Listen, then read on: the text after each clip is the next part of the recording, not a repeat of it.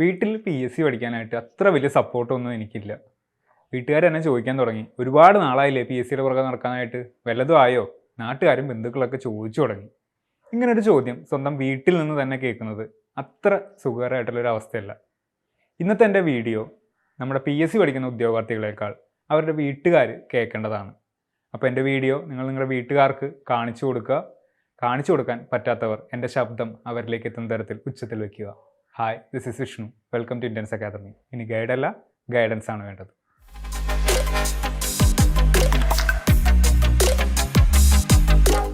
കേരളത്തിലെ സാധാരണക്കാരനായ ഏതൊരുവിൻ്റെയും വീട്ടിലെ കാഴ്ചയാണത്.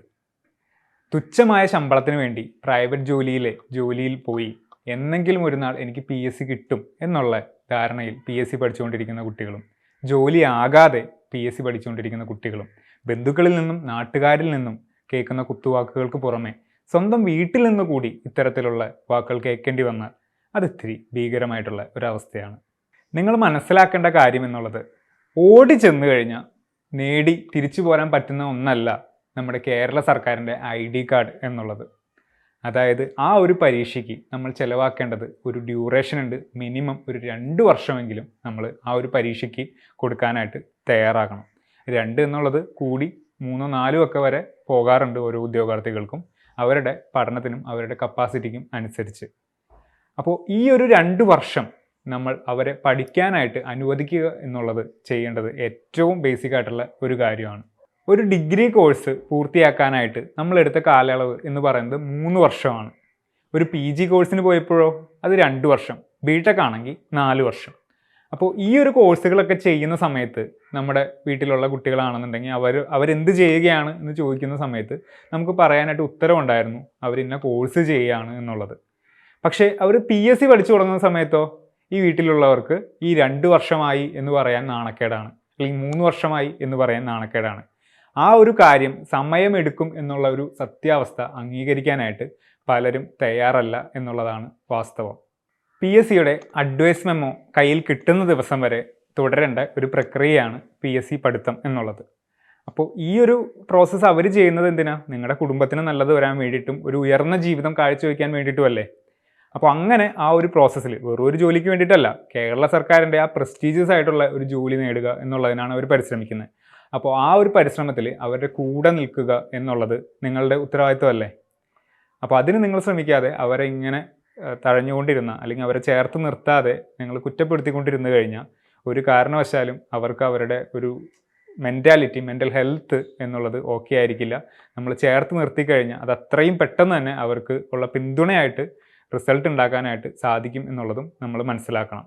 എൻ്റെ അച്ഛൻ കൊണ്ട വെയിലാണ് എൻ്റെ ജീവിതം എന്ന് പലരും പറയുന്നത് കേട്ടിട്ടുണ്ട്. ശരിയായിട്ടുള്ളൊരു കാര്യമാണ്. നമ്മുടെ അച്ഛൻ പണ്ട് നമുക്ക് വേണ്ടിയിട്ട് എന്തൊക്കെ ബുദ്ധിമുട്ടുകൾ അനുഭവിച്ചിട്ടുണ്ട്, അതിൻ്റെ ഒരു റിസൾട്ടാണ് ഇന്ന് ഇവിടെ നമുക്ക് കാണാനായിട്ട് പറ്റുന്നത്. എൻ്റെ കാര്യത്തിൽ അങ്ങനെയാണ്. എൻ്റെ അച്ഛൻ കൊണ്ടിട്ടുള്ള വെയിൽ തന്നെയാണ് എൻ്റെ ജീവിതം.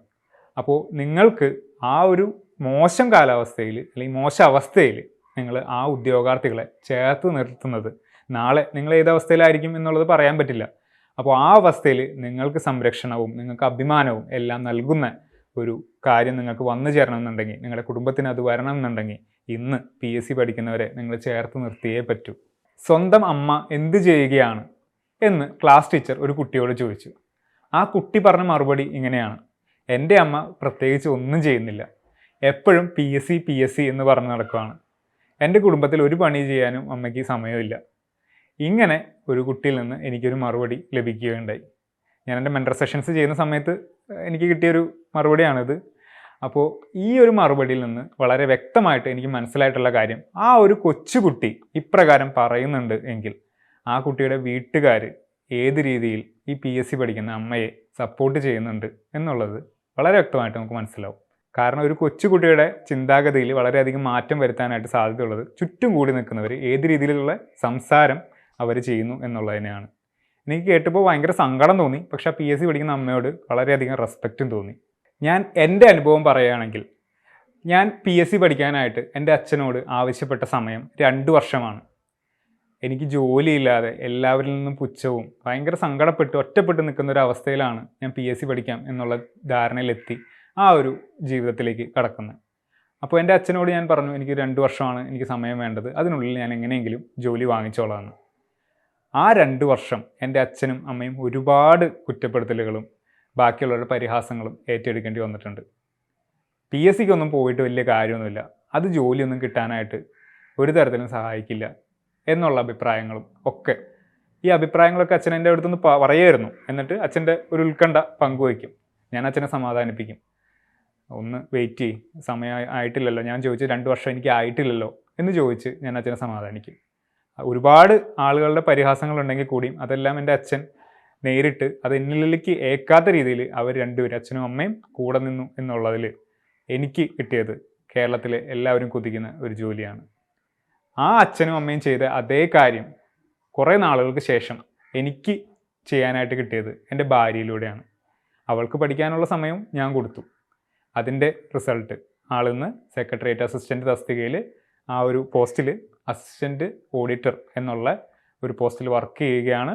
ഒരു വീട്ടിൽ 2 സർക്കാർ ജോലിക്കാർ എന്നുള്ള ആ ഒരു സ്വപ്നം എൻ്റെ വീട്ടിൽ ഇപ്പോൾ ഉണ്ട്. ആളുകൾ ചുറ്റുമുള്ളവർ കാണുന്നത് 2 സർക്കാർ ജോലിക്കാരുള്ള വീട് എന്ന നിലയ്ക്കാണ് എൻ്റെ വീടിനെ ഇപ്പോൾ കാണുന്നത്. അതുകൊണ്ട് അവർക്ക് നിങ്ങളേ ഉള്ളൂ.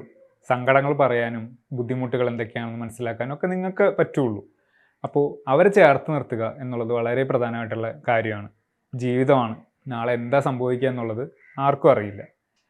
അപ്പോൾ അന്ന് നിങ്ങൾക്ക് സംരക്ഷണവും നിങ്ങൾക്ക് അഭിമാനവും തരാനായിട്ട് ഇവരെ ചിലപ്പോൾ കാണുള്ളൂ. അപ്പോൾ ഈ ഒരു വീഡിയോ നിങ്ങൾക്ക് ഇഷ്ടമായി എന്ന് വിചാരിക്കുന്നു. വീട്ടുകാർ കേൾക്കുന്നവർ നമ്മുടെ PSC ഉദ്യോഗാർത്ഥികളെ ചേർത്ത് നിർത്താനായിട്ട് അവർക്ക് ആവശ്യമുള്ള സമയം അവർക്ക് കൊടുക്കാനായിട്ട് ശ്രദ്ധിക്കുക. Thank you for watching.